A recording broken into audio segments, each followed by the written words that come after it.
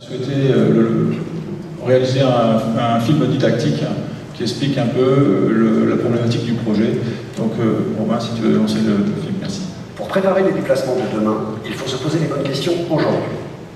Aujourd'hui, en Provence-Alpes-Côte d'Azur, les besoins de déplacement sont de plus en plus importants. Les réseaux actuels sont proches de la congestion. L'urbanisation est croissante, et côté pollution, la voiture et les camions, ce n'est vraiment pas l'idéal. Pour des déplacements durables, il n'y a que le train. 7 fois moins d'émissions de CO2 par voyageur que les autres modes de transport. Et avec 1 kg de pétrole, on parcourt 145 km en train, contre 43 en voiture et seulement 25 en avion. Ça fait réfléchir, non? Aujourd'hui, le problème c'est qu'il n'existe qu'une seule ligne de chemin de fer de Marseille à l'Italie. Une seule ligne pour les TER, pour les trains à grande vitesse, pour les trains de marchandises. Tout ce petit monde qui roule à des vitesses différentes et qui n'arrive pas à se doubler espère qu'un incident ne vienne pas bloquer l'ensemble du trafic. Et pendant ce temps, il faut toujours 2h30 pour aller de Marseille à Nice et près de 6 heures pour relier Nice, la 5e ville de France, à la capitale. Pour demain, il fallait bien trouver une solution. Et la solution, c'est une ligne nouvelle et des aménagements sur le réseau existant.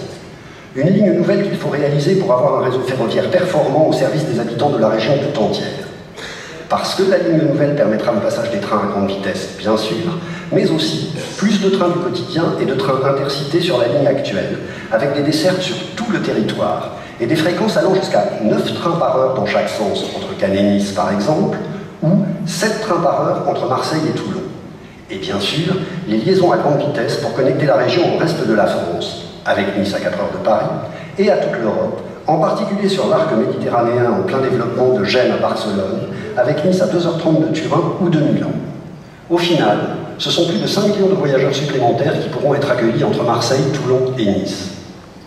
Avec la construction de la ligne nouvelle et des aménagements sur le réseau ferroviaire existant, c'est toute notre région qui va en profiter.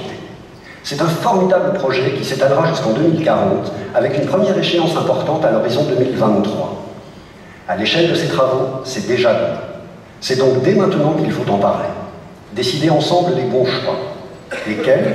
Par exemple, quel est le meilleur scénario pour relier Marseille, Toulon, Nice et l'Italie?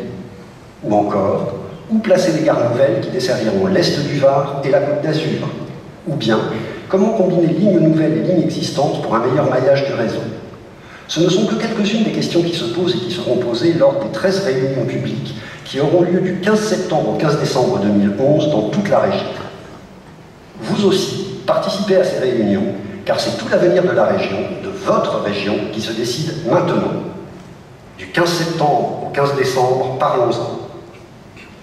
Et après